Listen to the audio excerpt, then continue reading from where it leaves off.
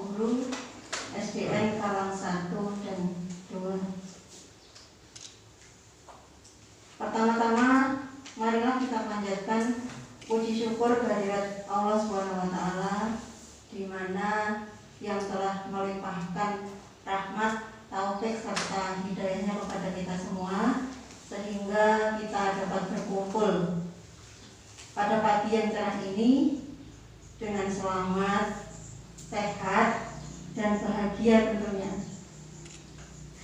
Selawat serta salam tak lupa kita curahkan kepada junjungan Nabi besar kita, Nabi Muhammad SAW, yang selalu kita nanti-nantikan syafaatnya di yaumul akhir nanti. Allahumma amin. Bapak Ibu sekalian, di sini saya Wahyu Reni Andi Susilowati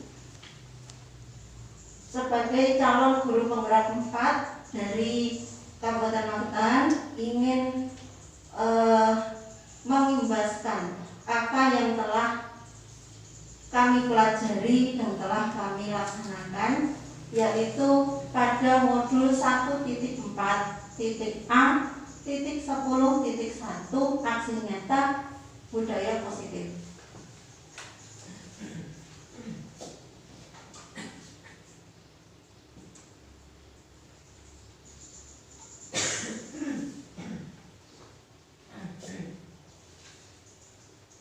Dalam program pendidikan guru penggerak ini, saya didampingi oleh fasilitator, yaitu Bapak Riyadi Nugroho, ini orangnya, dan pengajar praktik yaitu Ibu Emi Murniati.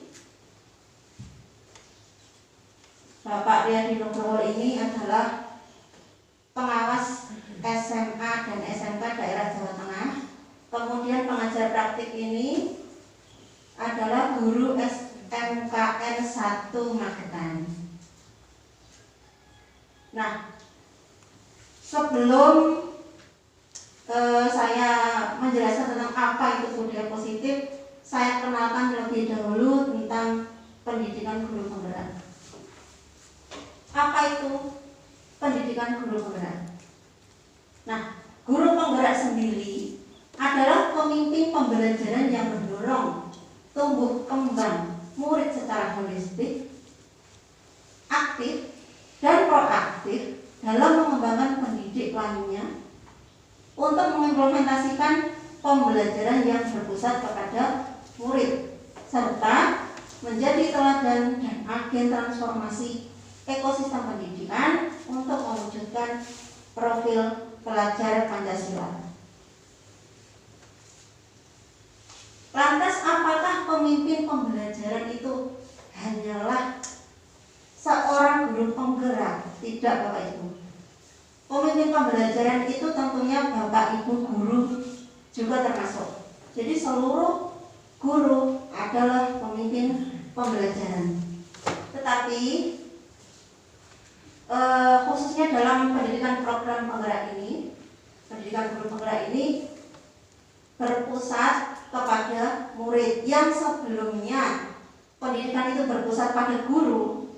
Untuk saat ini diharapkan kita itu berpusat kepada murid. Demi apa? Demi terwujudnya profil pelajar Pancasila. Sedangkan pendidikan guru penggerak itu sendiri adalah pendidikan yang mencetak guru penggerak, di mana pendidikan tersebut berlangsung kurang lebih selama 9 bulan efektif. Jadi ibaratnya seperti ibu yang sedang mengandung. Jadi kita nanti ibarat seolah bayi yang baru lahir. Di sini mencakup 3 modul dengan total jam pelajaran adalah 306 jam pelajaran. Nah, untuk program pendidikan guru penggerak itu sendiri, khususnya dari wilayah Kabupaten Magetan, kebetulan sebagai salah satu sasaran guru penggerak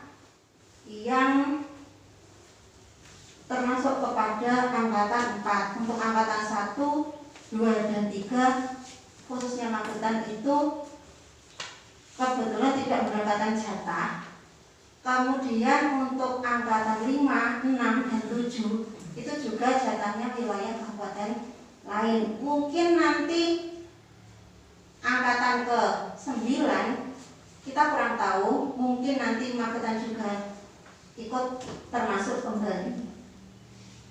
Nah, dari Magetan sendiri itu ada 100 lebih orang sebagai calon guru penggerak dan pengajar praktik, di mana calon guru penggerak itu sendiri berasal dari pendaftar murni yang berasal dari guru penggerak sendiri, dan sebagian besar utamanya untuk khususnya Magetan itu berasal dari calon kepala sekolah.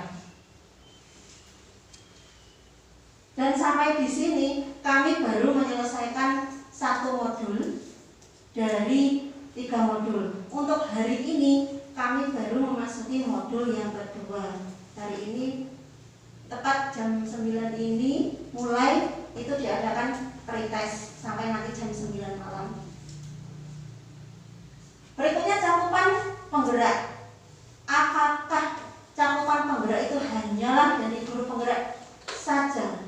Tidak, Bapak Ibu. Berikut cakupan penggerak. Ini kurang kelihatan ya? Agak kurang. Jadi dari ekosistem pendidikan, cakupan penggerak itu dimulai dari yang terkecil, dimulai dari diri. Kalau ibarat dari pendidikan guru penggerak ini, kita selalu setiap awal modul, setiap awal sub modul itu selalu mulai dari diri. Dari diri siapa? Ya guru itu sendiri. Bukan murid, tapi guru itu sendiri. Supaya guru itu sendiri bisa menggerakkan dirinya sendiri, memotivasi dirinya sendiri untuk pembelajaran yang berpihak kepada murid. Kemudian cakupan yang kedua adalah murid itu sendiri. Karena tujuan utama kita adalah murid. Kemudian setelah sampai cakupan kepada murid, berlanjut kepada lembaga sekolah. Apakah hanya lembaga sekolah kita sendiri tempat kita bekerja itu? Tidak, Bapak Ibu. Setelah sampai mencakup ke lembaga sekolah kita, nanti bisa lebih luas lagi kepada lembaga sekolah, misalnya lingkup kecamatan. Setelah lingkup kecamatan bisa meluas lagi ke lingkup kabupaten.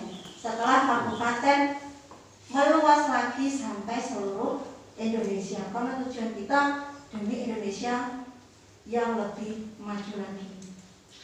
Nah, apakah hanya cukup guru, murid, dan sekolah? Tidak.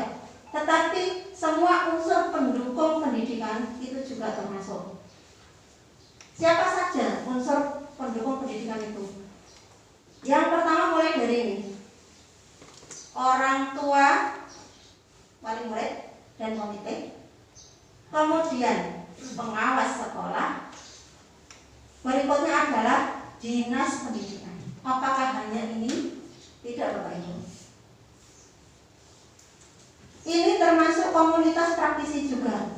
Contohnya komunitas praktisi itu seperti Forum Operator Dapodik. Kenapa? Karena saat ini segala pendataan dari lembaga kita melalui aplikasi Dapodik. Kemudian setelah itu forum bendahara BOS juga. Kenapa? Karena BOS adalah sumber utama dari pendanaan atau penyelenggaraan sekolah kita. Berikutnya meluas lagi ke forum PGRI juga, dan lebih banyak lagi. Nah, ini mulai saya akan menjelaskan tentang budaya positif yang kami pelajari dari modul 1.4. Saat ini terjadi perubahan paradigma. Perubahannya apa? Sebenarnya ada ilusi.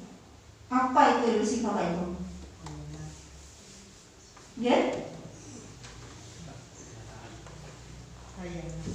bayangan. Yang pertama, ilusi guru mengontrol murid. Selama ini kita seringkali tidak hanya mendengar, tapi mungkin melihat banyak guru yang mengontrol siswanya sendiri, mengontrol muridnya sendiri. Apakah itu tepat dilakukan? Kalau zaman dulu seringkali seperti itu ya. Sebenarnya itu kurang tepat. Kenapa? Karena dalam proses mengontrol itu seolah-olah kita itu yang mengontrol, tapi sebenarnya bukan. Lantas apa? Siswa itu sendiri yang mengizinkan untuk dikontrol. Begitu. Jadi ketika kita mengontrol murid untuk belajar, mengontrol murid untuk tidak lupa untuk mengerjakan PR, atau mengontrol murid supaya tidak berbuat kesalahan, sebenarnya mereka itu sendiri yang mengizinkan, bukan kita. Nah, akibatnya apa? Ketika tidak dikontrol, mereka merasa bebas. Gitu, buatan. Seperti itu. Kemudian yang kedua, ilusi bahwa semua penguatan positif itu efektif dan bermanfaat. Apa itu penguatan positif? Penguatan positif ini seperti bujukan dan rayuan. Seringkali kita mendengar seperti itu dan kita melihat sendiri. Banyak sekali guru-guru yang melakukan itu kepada muridnya. Mereka melakukan bujukan, rayuan agar anak mau melakukan seperti sesuai dengan keinginan kita, karena keinginan kita itu yang kita anggap baik. Tapi belum tentu itu baik untuk mereka. Seperti itu. Akhirnya apa? Anak akan merasa jika ada rayuan mereka akan melakukannya, tetapi kalau tidak ada bujukan, mereka tidak akan mau melakukannya. Seperti itu.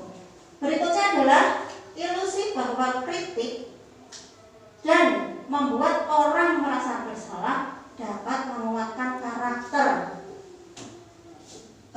Tentunya kita semua sudah pernah mendengar, seringkali mendengar kritik yang membangun. Kritik yang membangun apakah benar-benar membangun? Memang pada sebagian orang bisa, tetapi apakah semua orang bisa menerima itu? Tidak. Contoh, ketika ada anak yang malas belajar atau tidak mengerjakan PR, lalu dikritik, disalahkan, memang mereka akan tahu kesalahannya itu, tapi apakah mereka bisa memperbaiki dirinya?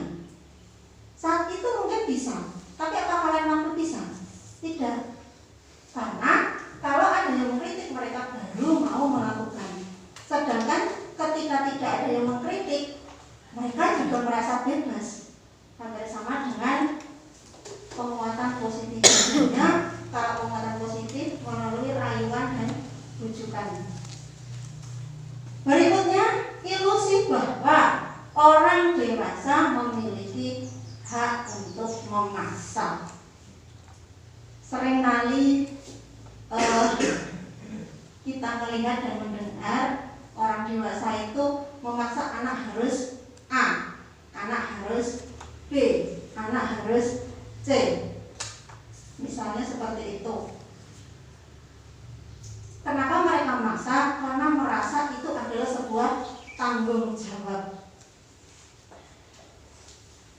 Apakah itu benar dilakukan? Kurang tepat, Bapak Ibu. Kenapa?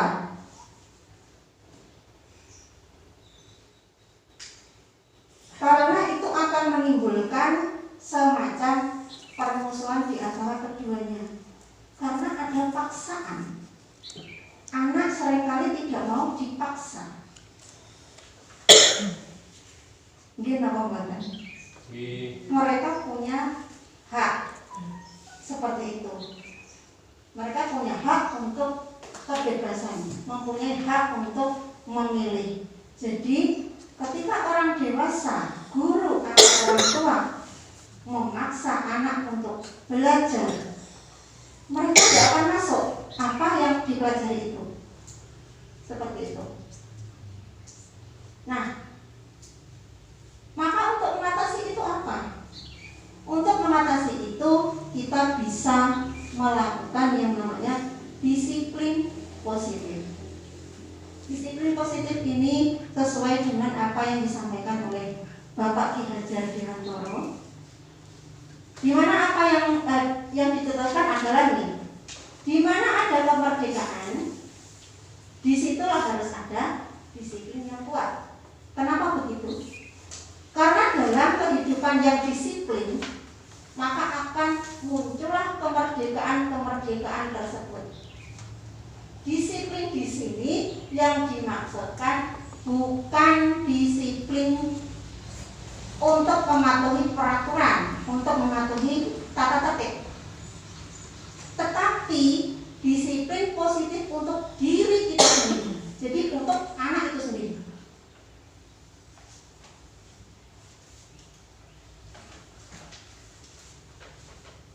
Ini sesuai yang disampaikan oleh Dayan Ghazali.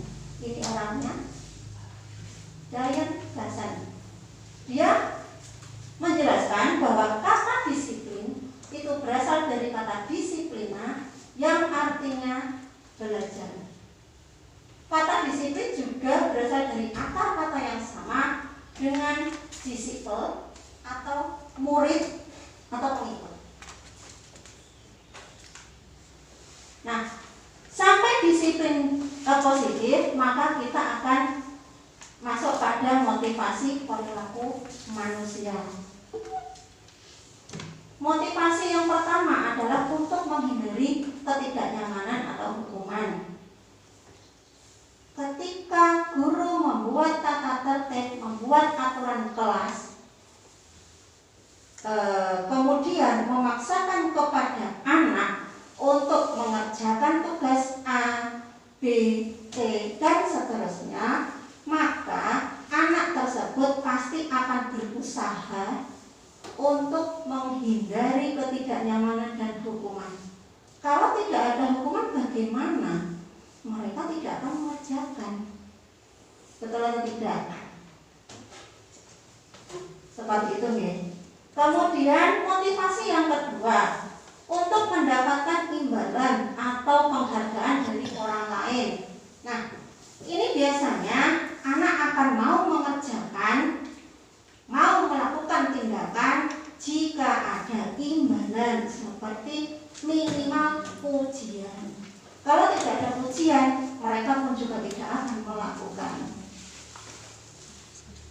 Berikutnya, untuk menjadi orang yang mereka inginkan dan menghargai diri sendiri dengan nilai-nilai yang mereka percaya. Nah, motivasi yang ketiga ini berbeda Bapak Ibu dari yang pertama dan kedua. Kalau motivasi yang pertama ini berasal dari orang lain, dari gurunya. Sedangkan motivasi yang kedua ini juga dari orang lain. Lantas yang ketiga dari mana? Dari diri mereka sendiri, dari anak-anak itu sendiri. Kenapa? Karena mereka tahu mereka ingin menjadi seperti apa, orang seperti apa. Akhirnya ketika mereka tahu menjadi seperti apa, maka mereka bisa menghargai dirinya sendiri. Dan ketika tahu itu, maka mereka pun mempunyai nilai-nilai yang mereka yakini untuk menjadi orang seperti apa itu tadi. Jadi yang ketiga ini motivasi berasal dari diri mereka sendiri. Sesuai dengan apa yang disampaikan Dayan Ghazali lagi pada tahun 1998, suatu keyakinan akan lebih memotivasi seseorang dari dalam atau memotivasi secara intrinsik. Jadi seperti yang tadi, yang ketiga, nih, motivasi dari dirinya sendiri.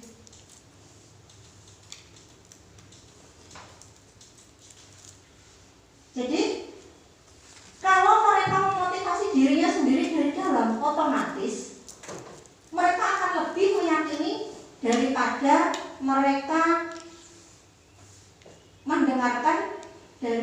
orang lain. Seperti itu. Karena mereka senang, mereka suka. Nah, lantas kesimpulannya adalah perlu penyatuan pemikiran untuk mendapatkan nilai-nilai kebajikan serta visi sekolah, kemudian diturunkan di kelas-kelas menjadi keyakinan kelas yang disepakati bersama.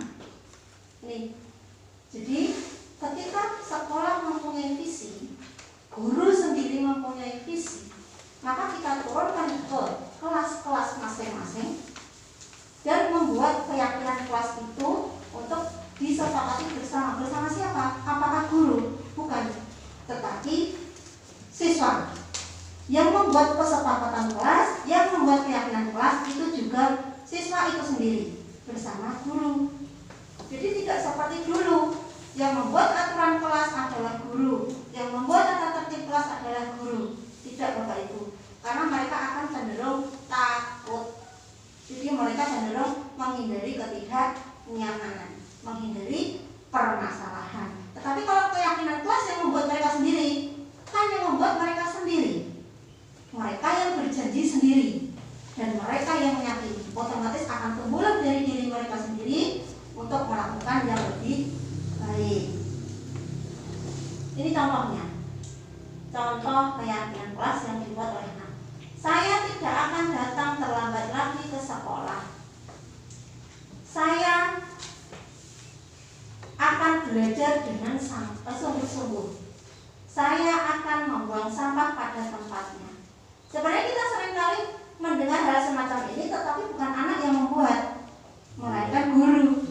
Nah, untuk saat ini dari program pendidikan guru penggerak dikatakan kita dibalik, yang semula anak berpusat kepada guru, guru berpusat kepada murid, kepada anak. Jadi kita harus tahu kebutuhan anak itu apa.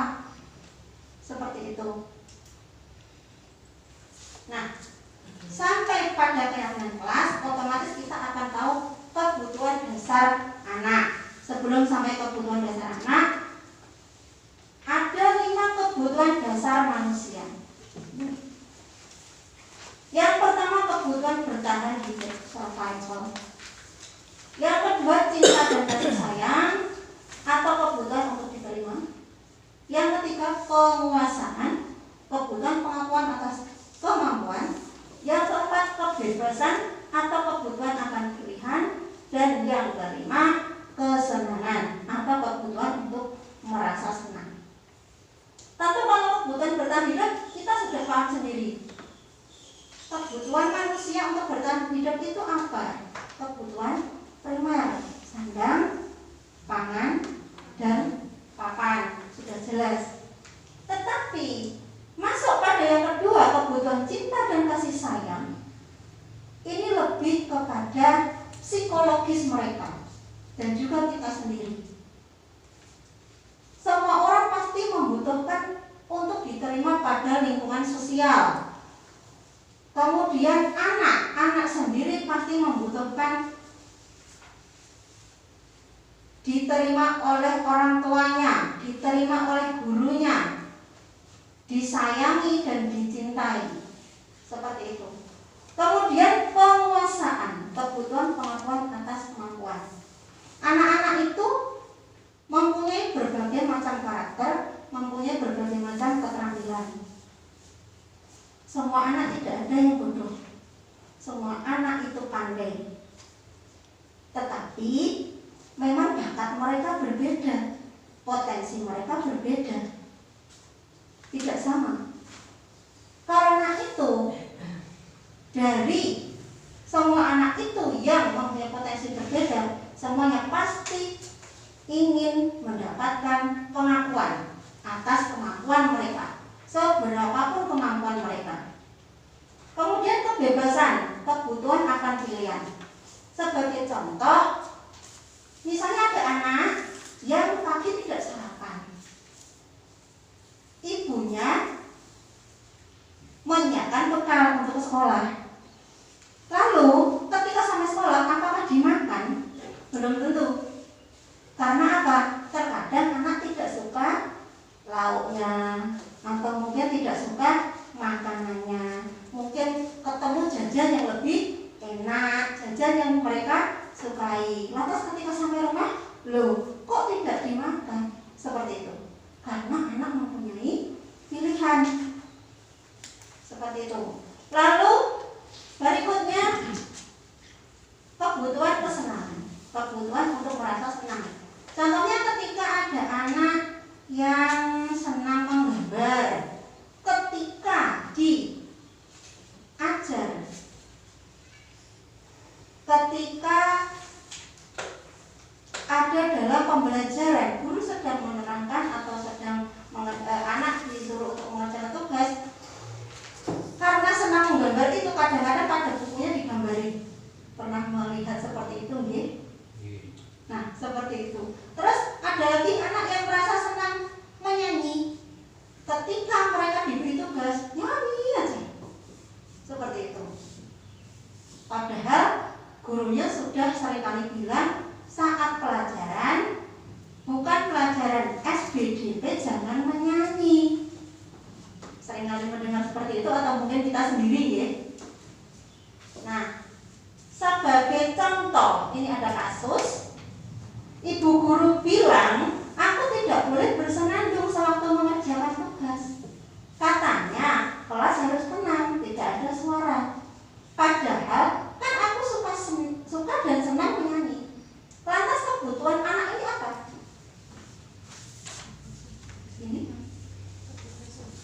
apa Bapak Ibu? Pas.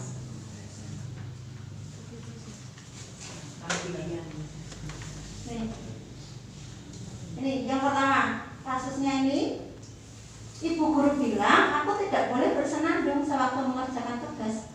Katanya kelas harus tenang, tidak ada suara. Padahal kan aku suka dan senang menyanyi. Pantas kebutuhan dia apa? Kesenangan, betul. Kesenangan. Berikutnya, ibu guru tidak menyapaku hari ini. Padahal aku pakai jepit rambut baru loh. Apa kebutuhannya? Betul. Cinta dan kasih sayang.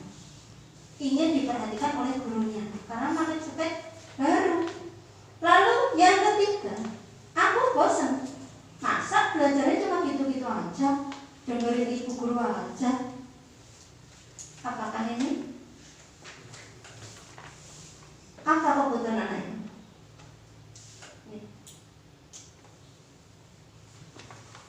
Anak ingin apa? Kebutuhan akan pilihan. Kebebasan, kebutuhan akan pilihan karena dia punya pilihan. Ingin mungkin gurunya lebih aktif atau mungkin gurunya mengajak kerja kelompok, diskusi semacam itu. Mungkin di sini gurunya hanya menerangkan saja, otomatis akhirnya dia bosan. Kemudian kasus berikutnya, aku sebel, gambarku tidak rapi. Malah ibu guru nunjukin ke teman-temanku di depan kelas. Apa itu kebutuhannya? Penguasaan, kebutuhan pengakuan atas kemampuan. Betul. Kebutuhan atas pengakuan. Nah, dari situ maka kita dapat menyimpulkan bila guru dapat membangun interaksi yang memberdayakan dan memerdekakan murid, maka murid akan meletakkan dirinya sendiri sebagai individu yang positif dalam dunia yang berkualitas karena mereka menghargai nilai-nilai kebajikan. Nah, sampai pada kebutuhan dasar manusia, maka guru di sini untuk memenuhi kebutuhan dasar anak ada 5 posisi kontrol yang harus dilakukan sebagai guru. Yang pertama sebagai penghukum, yang kedua membuat orang merasa bersalah, yang ketiga sebagai teman, yang keempat sebagai monitor atau pemantau, yang kelima sebagai manajer. Nih, sebagai penghukum. Sebagai penghukum itu, guru seringkali berbuat menunjuk, kamu itu, si dia itu, seperti itu. Lalu mereka menyindir, menyakiti. Menyakiti dalam arti kalau zaman sekarang lewat ucapan, tidak menggunakan fisik. Kemudian contohnya ini, gurunya berkata, kalau kamu tidak melakukannya, awas ya. Semacam ancaman. Lantas hasilnya apa? Mereka pasti berontak dan menyalahkan. Lalu berbohong. Nah, di sini siswa meletakkan guru di luar dunia yang berkualitas. Jadi seolah-olah gurunya itu nggak berkualitas, nggak kompeten, semacam itu. Siswanya berkata apa? Ah, biarkan saja, nanti juga marah-marah lagi. Seringkali kita menemui anak seperti itu ya. Biarkan saja, paling nanti juga marah. Habis marah sudah. Lalu akibatnya apa? Mereka akan mengulangi kesalahan yang sama. Kemudian membuat orang merasa bersalah. Guru berceramah panjang sekali dan mengatakan seharusnya kamu seperti itu. Kamu seharusnya sudah tahu, ibu lelah sekali mengatakannya, berulang kali mengatakannya, sampai ibu guru juga lelah. Seperti itu. Akibatnya apa? Mereka pasti akan berbohong, menyembunyikan kesalahannya. Jangan sampai guru tahu ya. Seperti itu. Nah, di sini siswa akan meletakkan gurunya di dalam dunia yang berkualitas. Masih termasuk dunia yang berkualitas bagi mereka. Nah, akibatnya apa? Ketika berbuat salah, anak pasti akan meminta maaf. Tetapi mereka akan merasa rendah diri, malu.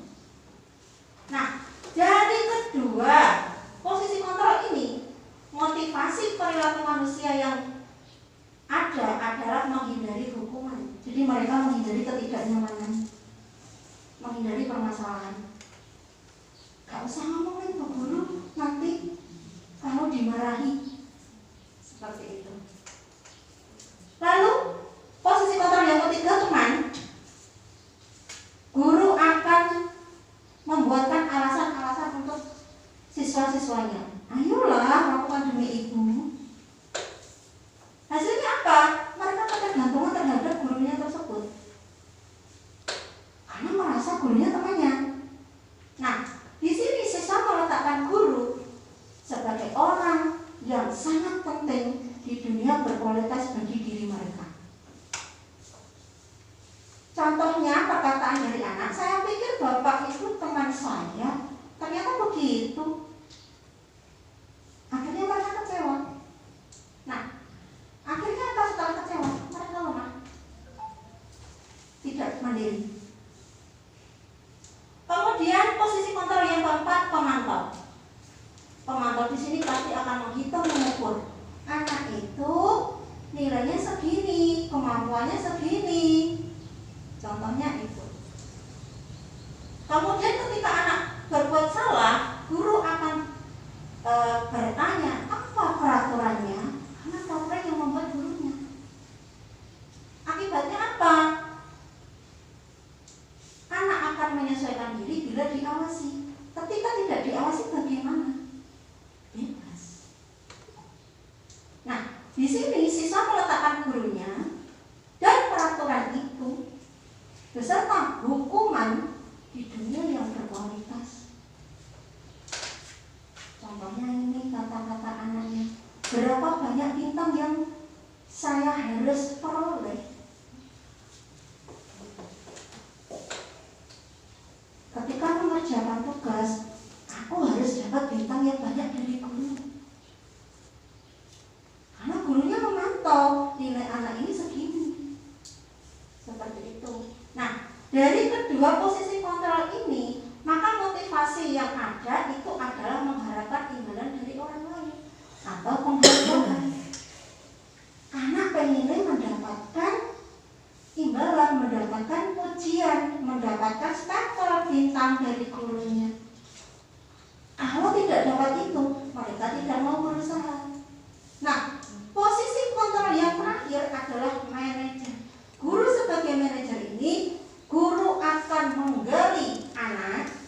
dengan cara mengajukan pertanyaan.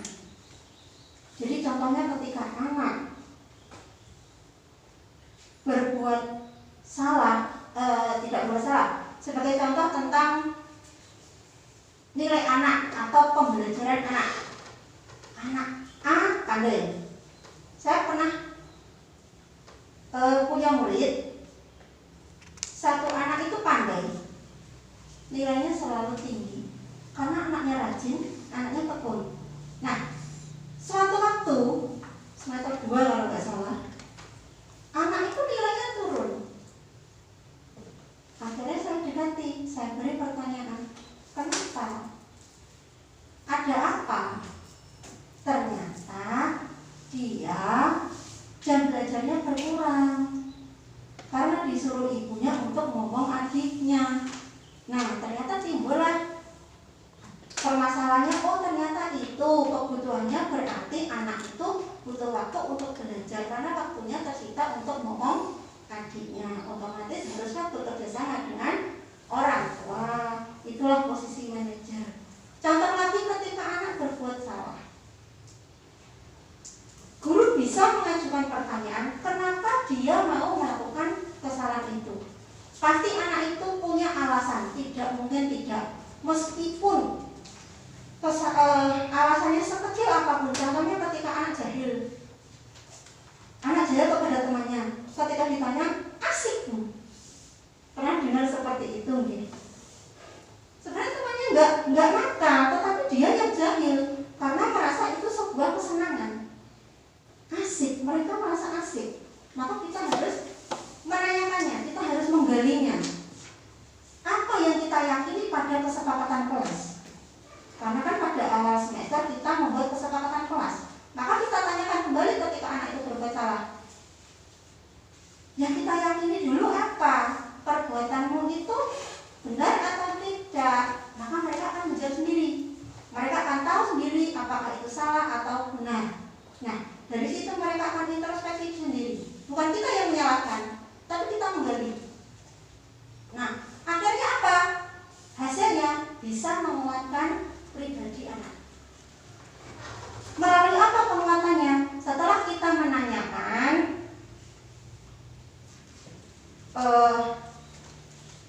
kita akan mencari tahu permasalahannya apa, alasannya apa.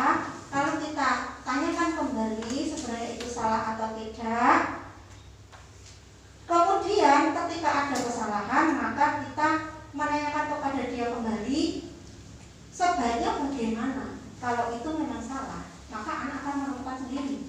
Nah, dengan cara menemukan sendiri itu, maka pribadi mereka akan kuat kembali. Tidak akan merasa minder ketika berbuat salah, tidak akan malu ketika berbuat salah, dan berusaha untuk memperbaiki dirinya sendiri. Di sini siswa melakukan dirinya sebagai individu yang positif dalam dunia yang berkualitas. Jadi di sini guru sebagai manajer ini pada intinya adalah untuk murid sendiri yang berdisiplin positif, bukan gurunya. Guru hanya menuntun. Jadi anak itu berusaha untuk berdisiplin positif sendiri. Nah, contohnya ini, bagaimana caranya saya bisa perbaiki keadaan? Akibatnya apa? Mereka akan introspeksi diri, mengevaluasi diri, dan mencari solusi bagaimana cara memperbaiki dirinya. Nah, mengapa keyakinan kelas? Mengapa tidak peraturan kelas saja? Dari awal saya menyampaikan bahwa dulu aturan kelas, tata tertib kelas yang membuat adalah guru itu sendiri. Sekarang kita dikembalikan ke anak yang membuat anak itu sendiri. Karena apa? Keyakinan yaitu nilai-nilai kebajikan atau prinsip-prinsip universal yang disepakati bersama secara universal, terlepas dari latar belakang suku, negara, bahasa maupun agama. Kenapa? Anak itu punya banyak karakter. Kita berada di negara Indonesia yang bermacam-macam suku, bermacam-macam bahasa, bermacam-macam agama dan budaya. Tidak usah satu Indonesia, di lembaga kita sendiri aja. Mungkin ada beberapa anak yang agamanya berbeda, atau mungkin ada beberapa anak yang kulitnya berbeda. Nah, jadi dengan adanya keyakinan kelas dan kita sepakati bersama, maka seseorang akan termotivasi untuk menjalankan keyakinannya daripada hanya sekedar mengikuti serangkaian peraturan. Karena kalau mengikuti serangkaian peraturan, mereka berusaha untuk menghindari hukuman, menghindari permasalahan tadi. Nah, ini ada contoh peraturan. Nah, sekarang kita akan membuat keyakinan kelasnya. Contoh peraturan, selalu kembalikan buku ke tempatnya. Ketika di perpus, pasti guru akan berkata seperti itu, supaya bukunya tidak berserakan. Maka sebaiknya keyakinan kelas yang dibuat bagaimana?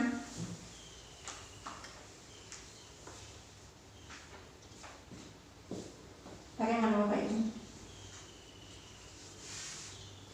Aku suka akan kerapian. Aku suka akan kerapian. Ini tadi saya membuat seperti ini, betul sekali.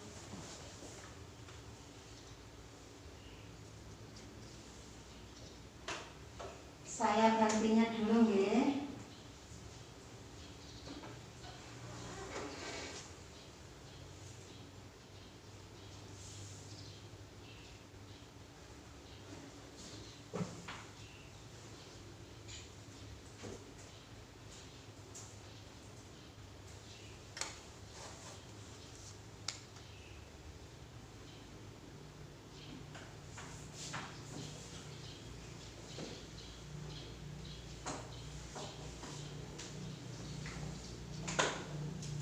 Aku suka akan kerapian. Lantas dilarang mengganggu orang lain. Bagaimana keyakinan kelas yang dibuat? Aku tidak akan mengganggu temanku. Bisa, aku tidak akan mengganggu temanku, tetapi lebih baik kita jangan menggunakan kata tidak. Karena kata tidak berhubung dengan kata negatif.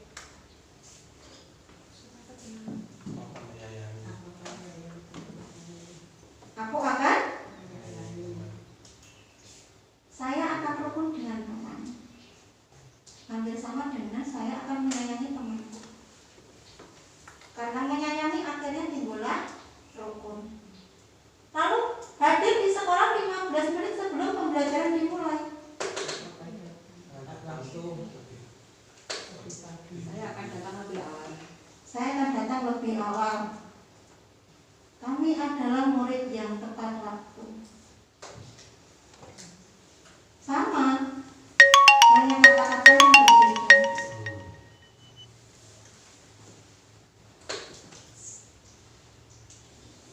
Dilarang melakukan kekerasan. Aku menyayangi temanku.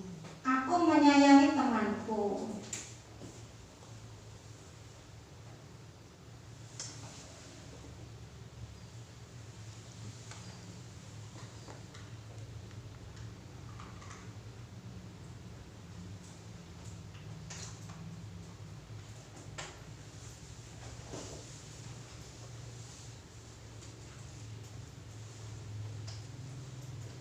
Aku menyayangi temanku.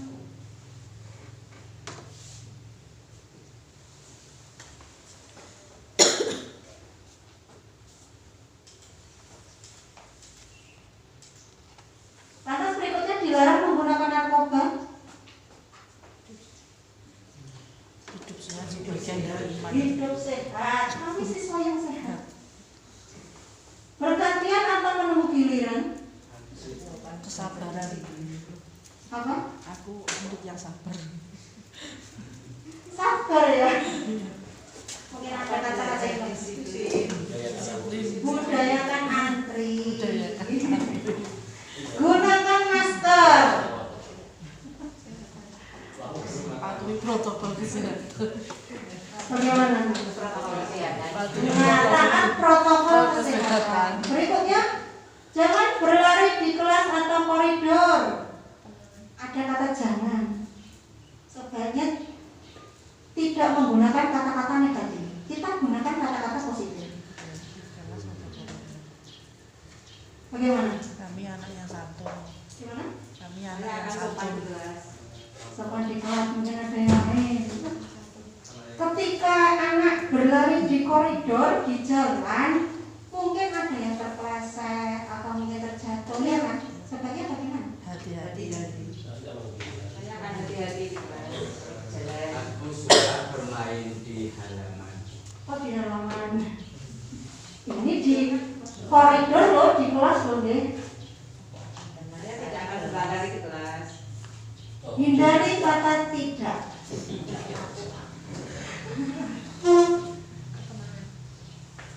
Bagaimana? Saya menunjuk kelas.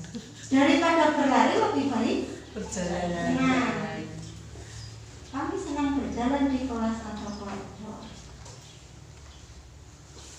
Nah, dari situ, dari keyakinan kelas, setelah kita mengetahui kebutuhan dasar, maka kita akan introspeksi. Kebiasaan kita selama ini, bila ada orang yang berlaku salah pada kita, adalah langsung memaafkan atau membuat mereka tidak nyaman.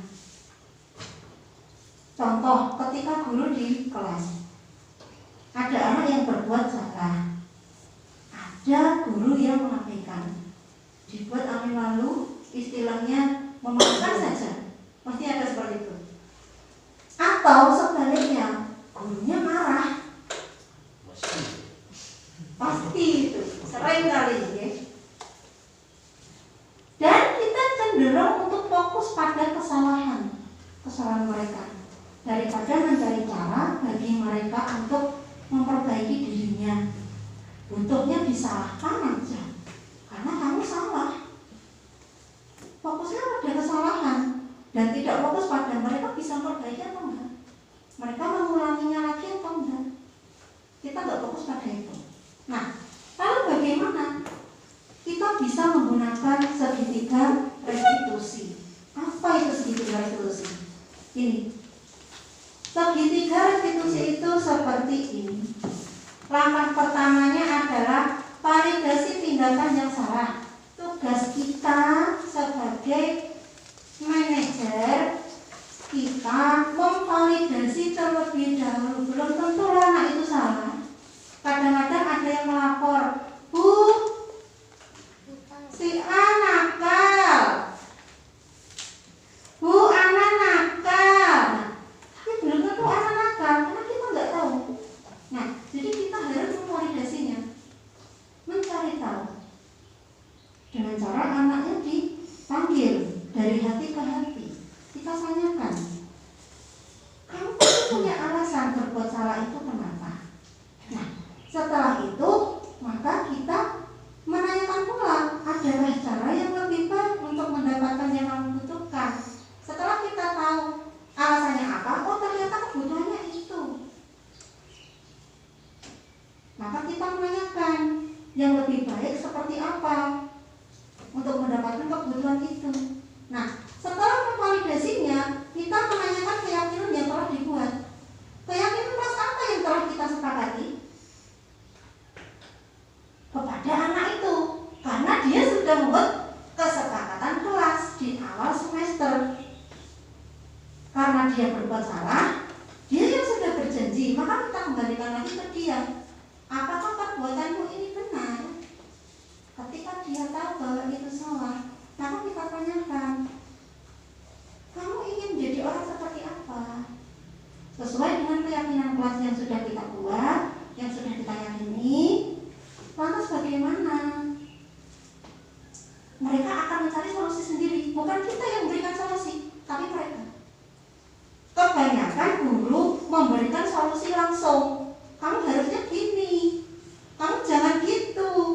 Nah, segitiga restitusi kita menggali. Kita sebagai manajer, kita menggali mereka, keinginan mereka apa, kebutuhan dasar mereka apa, apakah kesenangan atau pengakuan atau yang lainnya, seperti itu. Nah, setelah mereka tahu solusinya, mereka bisa introspeksi diri, kesalahan dari kesepakatan ternyata itu memang salah dan tahu solusinya, lantas kita menstabilkan identitas. Kenapa harus ini? Kita harus melakukan ini. Contohnya ini, setiap orang pasti melakukan kesalahan karena setiap orang pasti memiliki kebaikan dan keburukan. Setiap orang pasti memiliki kelebihan dan kekurangan. Jadi bukan kamu sendiri yang satu-satunya melakukan kesalahan itu, banyak. Kalau salah, dibetulkan, diperbaiki. Kenapa seperti itu? Supaya mereka tidak merasa rendah diri. Ketika anak mencuri, contohnya, ketika ketahuan, pasti malu, tidak mungkin tidak. Dan pasti oleh teman-temannya mungkin dicemooh atau mungkin dibully. Kalau ketahuan, nah tugas kita sebagai guru, kita harus menjadi manajer untuk menguatkan semuanya. Baik yang membuli jangan sampai membuli, dan anak yang berbuat salah itu dikuatkan dirinya supaya kembali ke kelompoknya menjadi lebih baik dan tidak melakukan kesalahan yang sama. Nah, restitusi itu sendiri apa? Restitusi adalah proses menciptakan kondisi bagi murid untuk memperbaiki kesalahan mereka sendiri, ya, sehingga mereka bisa kembali pada kelompok mereka dengan karakter yang lebih kuat. Ini dicetuskan oleh Gassen pada tahun 2004. Ini yang saya maksud tadi. Kita harus menstabilkan identitas mereka. Kita harus mengembalikan citra diri mereka meskipun mereka berbuat salah. Karena masih anak-anak, jangkanya masih panjang. Itu proses belajar. Ciri-ciri restitusi itu apa? Yang pertama, restitusi itu bukan untuk menebus kesalahan, tetapi untuk belajar dari kesalahan. Tidak ada manusia yang tidak salah. Semuanya punya kesalahan dan punya kebaikan. Tetapi restitusi ini tidak untuk menebusnya, melainkan agar mereka belajar dari pengalamannya itu. Berikutnya adalah restitusi memperbaiki hubungan. Yang tadinya ketika ada anak bermasalah, dua anak bermasalah, kita menggunakan restitusi ini, maka dua anak itu akan berbaikan, menghindari permusuhan. Ketika yang bermasalah adalah anak tidak mau mengerjakan PR, atau mungkin anaknya yang tadinya dipaksa begini, guru menggunakan restitusi ini akhirnya menghindari anak itu benci kepada gurunya. Seperti itu. Kemudian yang ketiga, restitusi adalah tawaran, bukan paksaan. Jadi kita tidak memaksa. Anak punya pilihannya sendiri. Kita menawarkan. Karena apa? Anak SD itu sudah bisa berpikir manakah yang baik, manakah yang buruk. Jadi kita menawarkan. Ketika dia berbuat salah, contoh, tadi saya menyebutkan ada anak yang memang jahil. Seperti itu. Kita menawarkan. Dan jahilnya itu bukan karena dijahili temannya, tapi karena yang dia usil, dia merasa asik. Jadi kita menawarkan. Dia butuhkan kesenangan. Kesenangannya kan bisa dengan cara yang lain, tidak menjahili temannya. Restitusi kan untuk melihat ke dalam diri. Jadi restitusi itu lebih ke agar anak bisa introspeksi diri. Beda dengan kritik, ya. Kalau kritik mereka bisa introspeksi diri, tetapi lebih sulit untuk memperbaiki diri karena merasa rendah diri, tidak distabilkan identitasnya. Berikutnya, restitusi mencari kebutuhan dasar yang mendasari tindakan. Nah, ini kan kita memvalidasi. Dengan cara memvalidasi itu, maka kita tahu kebutuhan dasar yang mereka butuhkan. Mereka butuh apa? Kesenangan, cinta kasih sayang, atau mungkin penguasaan, atau yang lainnya. Restitusi diri adalah cara yang paling baik. Tentu cara yang paling baik karena kita membuat mereka melihat diri mereka sendiri. Kita membuat mereka introspeksi diri sendiri dan memahami itu apakah salah atau benar, dan membuat mereka yang memberikan solusi. Restitusi fokus pada karakter bukan tindakan. Sebagai contoh, kalau misalnya paksaan, guru memaksa, kamu harus begini, kamu harus belajar, kamu nggak boleh menjadi teman kamu nggak boleh nakal. Itu tindakan. Mereka hanya melakukan tindakan yang tidak salah, untuk berbuat salah. Tetapi kalau restitusi, kita menguatkan karakter mereka. Karakter baik kita tanamkan kepada mereka. Ketika mereka berbuat salah, maka kita tanamkan karakter-karakter baik itu, supaya dia menjadi manusia yang selamat dan bahagia tentunya kelak di kemudian hari. Kemudian restitusi itu menguatkan. Ini merujuk pada fokus pada karakter. Restitusi menguatkan karakter baik mereka. Restitusi fokus pada solusi. Seperti yang saya sampaikan tadi, jadi restitusi itu fokus pada solusi agar mereka bisa memperbaiki diri.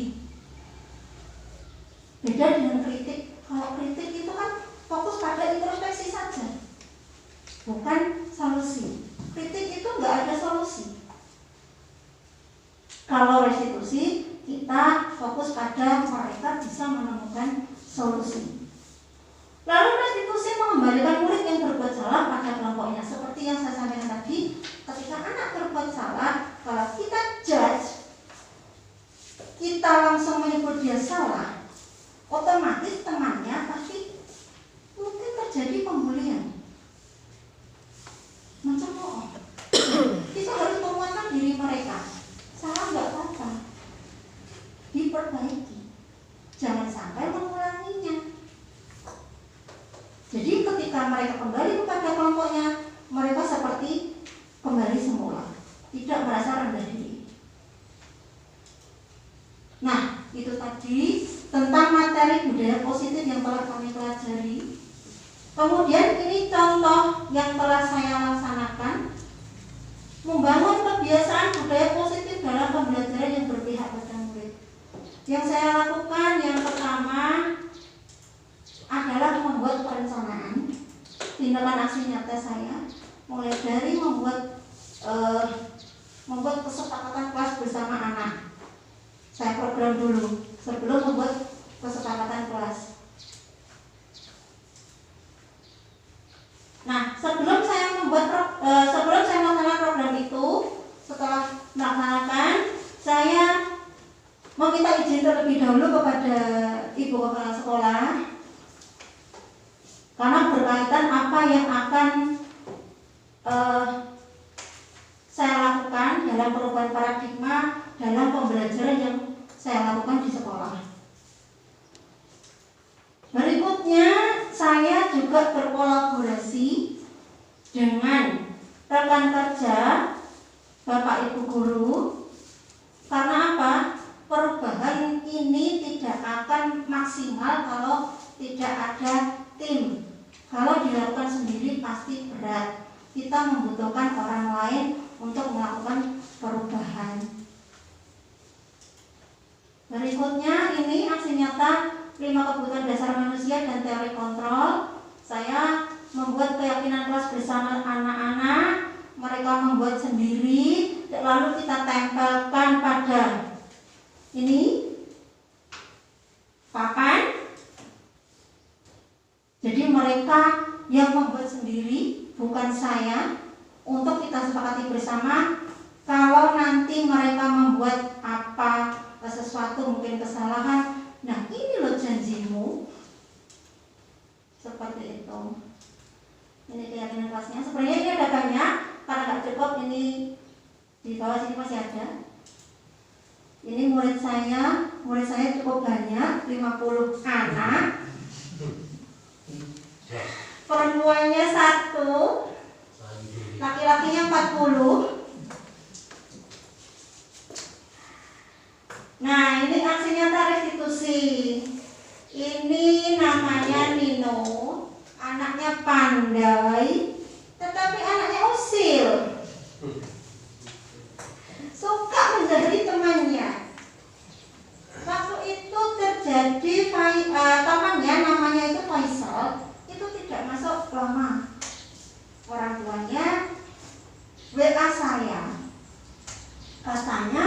dijahili oleh Nino, dibully oleh Nino. Akhirnya Nino saya ajak bicara dari hati ke hati. Kenapa berbuat itu? Ternyata dia memang membuli Faisal. Alasannya apa? Karena teman-temannya yang membuli duluan, katanya. Jadi bolak-balik, temannya membuli Nino, Nino kembali membuli temannya, seperti itu. Memang anak-anak nih. Nah, akhirnya saya kuatkan. Kenapa dia membuat kesalahan seperti itu sampai akhirnya Faisal nggak mau masuk? Saya kuatkan apakah itu benar atau salah, keyakinan kelas yang kita buat apa, sesuai dengan itu atau enggak. Dia tahu sendiri, oh itu salah. Lalu bagaimana cara memperbaikinya? Ya saya minta maaf kepada Faisal. Seperti itu. Sampai sekarang juga masih seperti itu, tapi saya tetap berusaha untuk membuat budaya positif ini melalui segitiga restitusi ini. Dulu pun juga pernah terjadi sekitar tahun berapa saya lupa, ada murid saya namanya Ulum.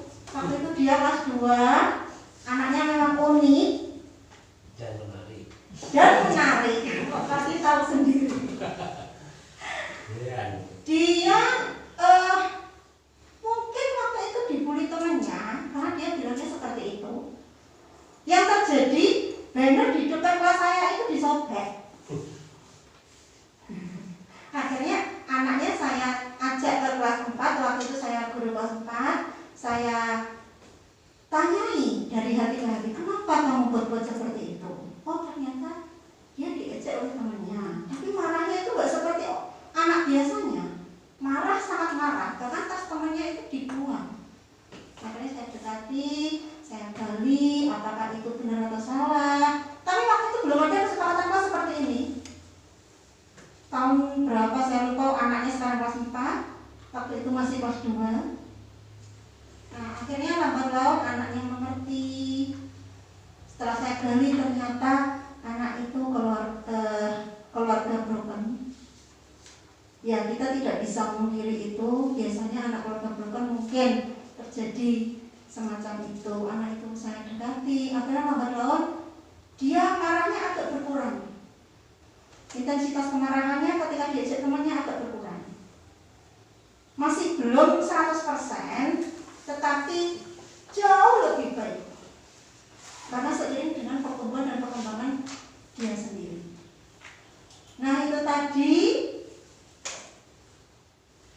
budaya positif yang sudah saya pelajari, yang ada di modul 1 dan juga saya terapkan. Bapak Ibu, mungkin ada pertanyaan. Ini saya buka sesi pertanyaan, 2 pertanyaan saja karena mengingat waktu. Monggo. Sudah jelas. Ada duit melaksanakan kelasnya. Ada pertanyaan, monggo. Ini Bu, jadi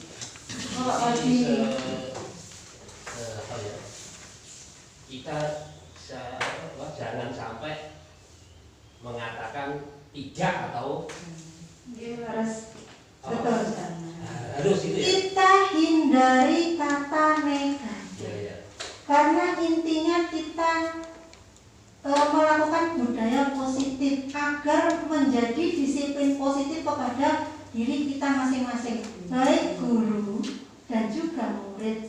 Jadi tidak hanya guru sendiri, tidak hanya murid sendiri. Jadi tidak, jangan, kita hindari. harus, ya. Kita hindari. Maksudnya akan harus begini, Ya. jangan begini gitu ya. Kalau itu kan berarti memaksa. Nah, iya. Nah, Itu dihindari. kita hindari memaksa agar anak itu tahu sendiri. Mereka bisa belajar sendiri, bisa berpikir sendiri, pasti akan muncul. Karena apa? Tugas kita itu menggali potensi mereka. Kalau dulu kan yang penting materi tuntas, karena tuntutan kurikulum. Ya, balapan. Nah, ketika mau ulangan diserang seperti itu. Akhirnya anak bagaimana?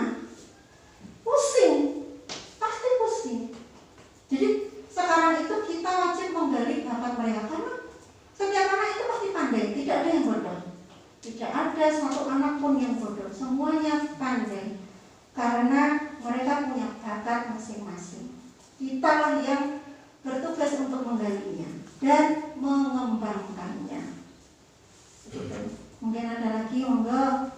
Nggih, monggo Bu. Contohnya mengenai keyakinan kelas itu kan dibuat oleh siswa, disepakati oleh siswa, dan dilaksanakan oleh siswa. Yang saya tanyakan khusus kelas bawah, khususnya kelas 1. Ya. Kalau kelas 1 itu kan yang menjadi penegak hukum ya, istilahnya kan gurunya. Kan apa-apa diserahkan ke gurunya. Itu kalau kelas 1 bagaimana? Caranya membuat keyakinan kelas 1. Sama. Kenapa sama? Kita itu guru.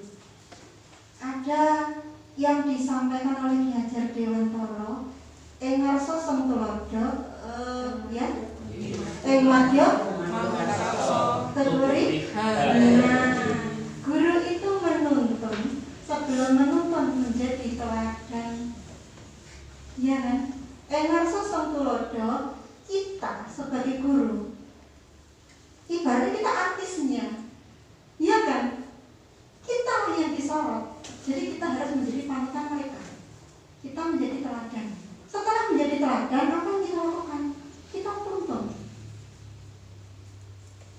Kita tuntun. Setelah itu kita memotivasi. Kita memberikan dorongan. Sama seperti anak kelas 1, sama halnya dengan anak kelas berapapun. Membuat kesepakatan kelas. Kalau jenengan tanya, pasti akan muncul. Nggak mungkin tidak.